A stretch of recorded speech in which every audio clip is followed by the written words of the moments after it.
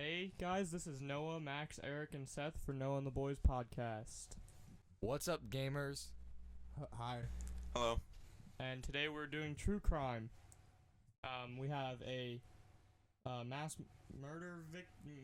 murderer, a cannibal, and an unsolved crime today. We're gonna start off with the mass murderer. His name was Edmund Emil Kemper III. His alias was the Co-Ed Butcher, the Co-Ed Killer, and he killed 10 people. He was a native Californian. He's about 70 years old now, because I know he's still in jail. He was a middle child like Seth and Max are. Right? He has two sisters like Max does. His father fought in World War II and tested nuclear weapons, and then came back to California to work as an electrician. Kemper's parents, the marriage was troubled, and his dad said, quote, "Suicide missions in wartime and the atomic bomb testings were nothing compared to living with her, aka his wife," end quote. Kemper, the murderer, had high intelligence and excessive cruelty, like signs as a child, and at 10 years old he buried the family cat alive, only to dig it up later and decapitate it and put the head on a spike. When he recalled the incident, he said lying to his parents about killing the animal brought him pleasure. And then at 13, he figured that the second cat was showing his sister too much attention, so he cut it up into pieces and hid them inside his closet until his mother found them. And by the time he committed the 8 murders, there's 10 total, but the 8 murders, he was 6'9" and 250 pounds, so he was a big beefy boy. Yeah. Kind of like Seth. Kind of like Seth, indeed. Mm-hmm. But the first murders were on August 27, 1964. Kemper was arguing with his grandmother, and he became so enraged, he went to his room, grabbed his .22 rifle, and shot his grandma in the head, and then twice in the back. When his grandpa arrived home, he shot him dead in the driveway, and his mother convinced him to turn himself into the police. He was institutionalized and released later on. And then between May 1972 and April 1973, he performed the other 8 killings. It began with 2 college students, Mary Ann Pesce, Anita Lucchesa. They were both 18 years old and attending California State University in Fresno. The next victim was a 15-year-old Korean dance student named Aiko Koo. Edmund Kemper. And then the next were 18-year-old Cindy Shaw, 23-year-old Rosalind Thorpe, and 20-year-old Allison Liu, and his mother, Sally Hallett. His mother was his last victim. He killed them in many ways, from shooting, stabbing, smothering, and strangling. And at one point he said he consumed their flesh, but redacted the statement later on. He would commit irrumatio, which is forceful fellatio, aka he skull-fucked them on their severed heads, and then have sex with the corpses, only to later dissect/dismember them. Once he killed his mother, he contacted authorities and admitted to all 8 murders. I also read that prior to the murders, he would be a hitchhiker, right? He'd pick up hitchhikers, and he picked up like 150, and then he was like, I guess something clicked in his brain, and he was like, I want to kill people, and then start killing people. His conviction was on May 7th, 1973. He was indicted on 8 counts of first-degree murder and declared sane by a 6-man, 6-woman jury on November 8th of that same year. He requested the death by torture death penalty, but was denied, and then sentenced to 7 years to life for each count. Alright, now I'm going to open it up to group discussion and see what the other fellas think of all of this. What about you, Max? Why do they release people like this? Like after he killed... Well, I think because he killed his grandparents as a kid. So he kind of... I guess instead of just sending him to jail again, they were just like, oh, okay, you can go. That's Once he dumb. became 18 or something. I don't know. I don't know how jail works. You ever been? No. You should be. You should be in jail, Max. I'm pretty sure that if you commit like a crime or like a murder when you're a child, once you turn 18, they'll release you. I think that's what happened. Do you have anything to say, Eric? I just wonder where like all this came from. Like, why did he just snap? Is it like just some genetic trait that he earned from his parents? I think maybe his dad was a psychopath, and that's why he was in World War II or something. I don't know. And then again, this happened in the 1900s. Well, the late 1900s. So I guess the justice system was a bit different back then. So that might have been why he was released after killing 2 people. And I mean, the only reason he killed him is because he got mad. I just don't think his brain works correctly. It's not like a genetic thing. Yeah, I would definitely agree with that. He doesn't. It must be a genetic thing to just be like, oh, I'm gonna go bury my cat alive, wait for it to die, and then cut its head off. It seems like since he was a kid, he was like predisposed to like doing, like for no reason, just doing violent things. I feel like that was just in his brain. I mean, it did say from early on he showed cruelty and what was the other one? Intelligence, and that's the making of a murderer. Gives me like a Ted Bundy vibe. Oh, that reminds me. Him, Ted Bundy, Ed Gein, and a few other people were used as like an idea for some Silence of the Lambs. The Silence of the Lambs guy. They were all those killers gave influence to the Silence of the Lambs. Have any of y'all seen that movie? No. No. What's it about? Well, I guess none of y'all would know. You've never seen it. That was a stupid ass question. Anyways, let's just go on to our next criminal. This one, his name is Richard Trenton Chase, and his alias was the Vampire of Sacramento. And That's a terrible name. I mean, he injected and drank and bathed in the blood of his victims. Not the vampire part. What, the Sacramento part? I think he's talking about his real name, Noah. You think his real name's stupid? It's a little weird. Okay, Maxwell. I'm not gonna say your last name, even though I did Pablo. I literally, I name dropped Pablo's entire name on our podcast. That's like 3 first names. That reminds me of Ryan and Cameron. They all have 3 first names. I'm not gonna say them. People with 3 first names are stupid. That's whoa, my God, Seth. He's got Why? he's got some hidden anger. What is a 3-person first name done to you? All of your friends with 3 first names have threatened to force fellatio onto me. Oh, forcefully love you? They'll do it. There's no love involved. It's one-sided love. Anyways, a little bit about Richard Trenton Chase, that's his best friend. Chase was abused by his father from a very young age, sparking early signs of mental illness, and then he quickly became alcohol dependent, and as he grew into a teenage... he was an alcoholic from a child? What? He grew into a teenage boy, and he couldn't sustain sexual function without the aid of necrophilia and animal murder. Oh. I don't know how that works. Do you just like in the middle of it? You're just like, I'm gonna go kill this gerbil. I think it's like a fetish thing. You just in the middle of sex, you just choke out a gerbil. Yeah, it can be a fetish thing. That's disgusting. He probably has a gerbil in each hand before he goes into it. He just squeezes the life out of it as he's going at it. Anyways, after his schizophrenic delusions began, his father forced him into his own apartment, and in his own apartment, he would kill and eat animals raw. In 1975, he was briefly institutionalized with heavy psychotropic drugs, but once Chase started killing animals while inside of the institution, they released him and ceased his treatment drugs. In 1977, Chase fired a .22 handgun into a random kitchen. No one was injured, but this began his killing spree. I guess same thing with Edmund. He was just like, oh, I'm picking people up on the highway. I should start killing them. What if people eat raw food? That'd make his stomach upset or something.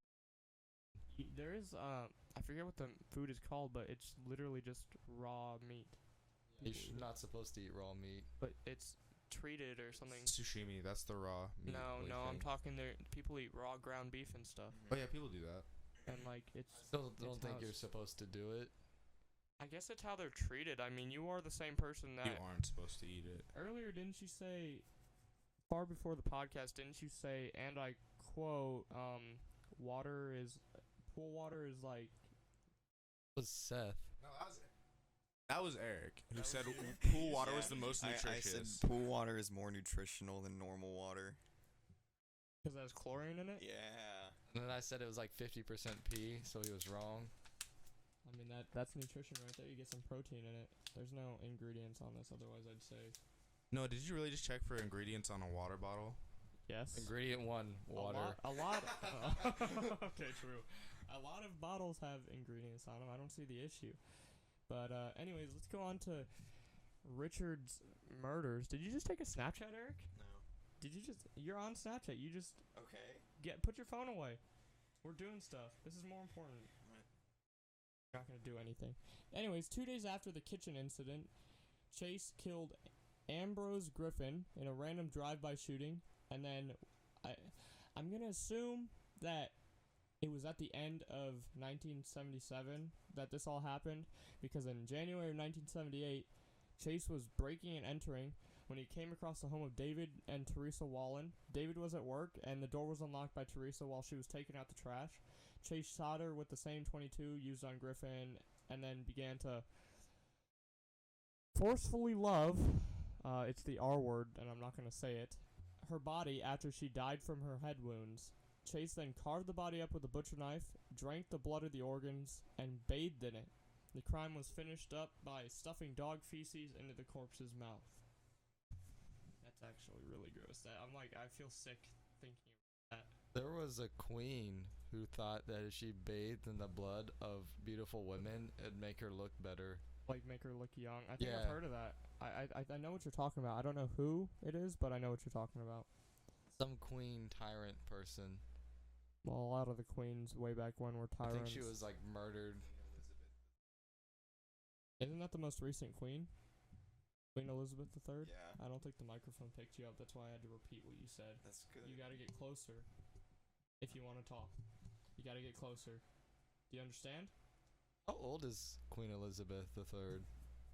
I don't know. You wanna? I think in her 80s. I think about 83 or 84. How old's Eric Mercer? Oh A shit! minor. I just said your name. Your full name. Just edit it out. No, that's staying in. Eric's full name.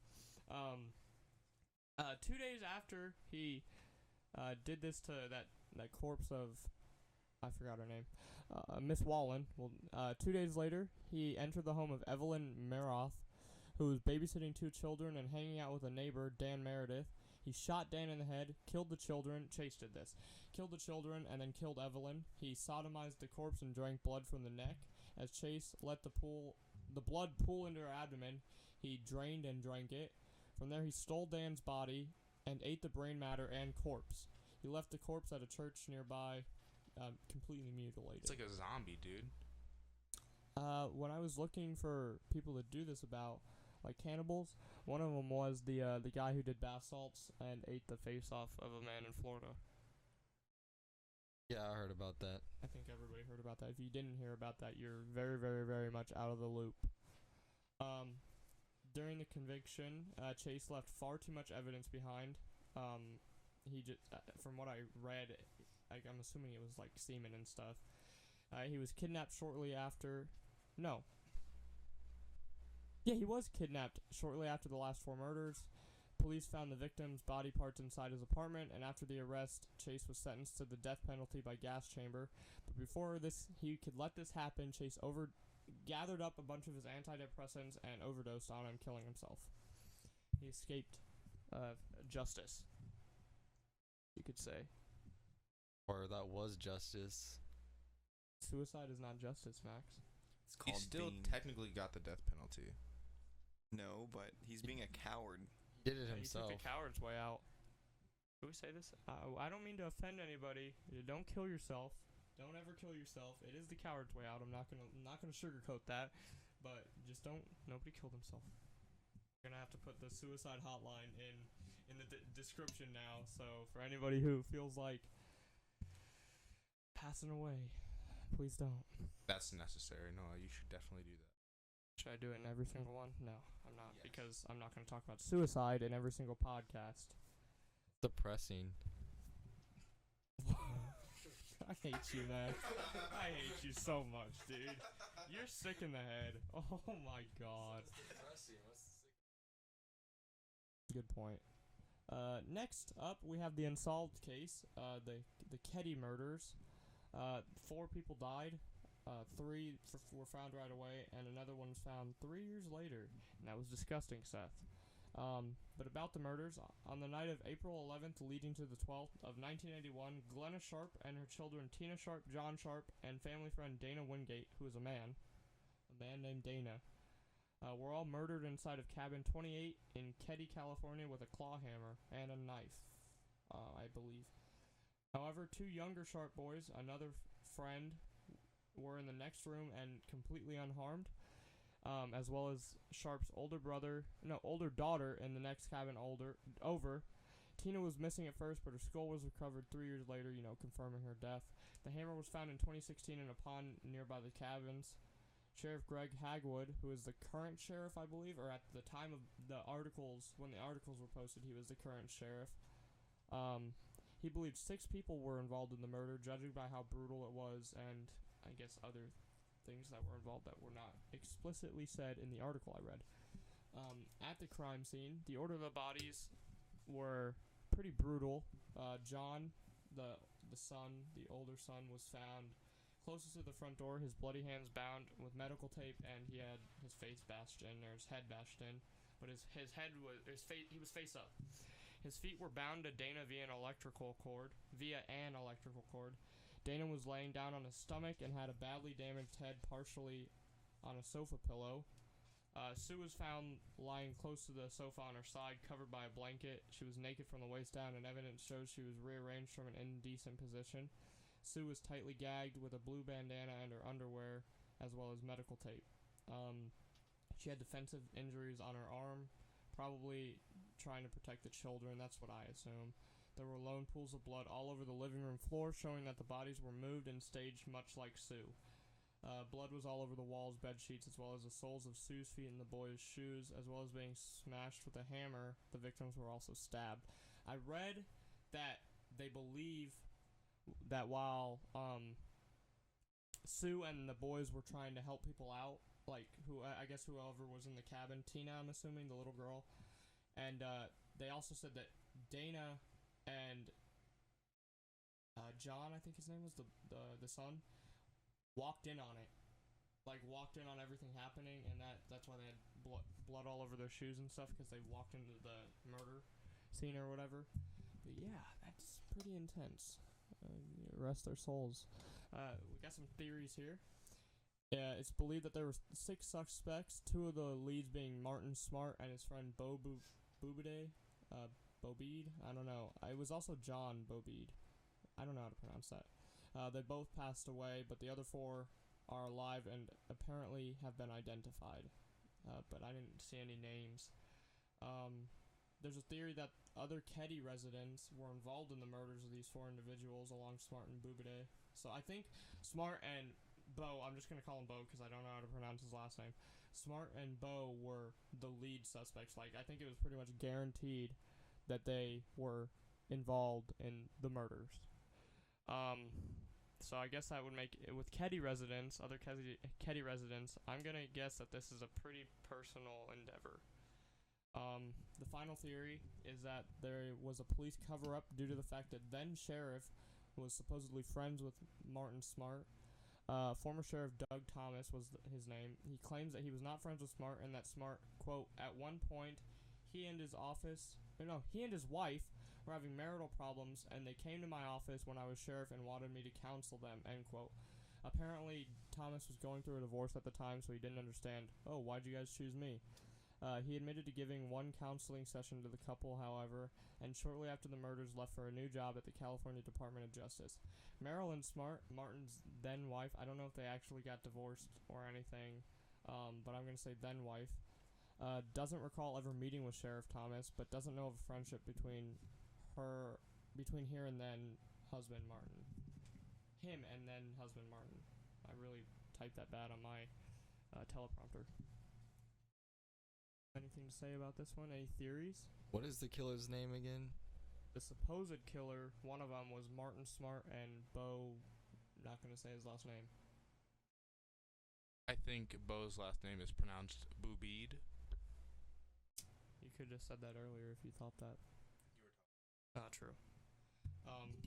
You guys have any theories of your own, though? Like, what could have happened? I think maybe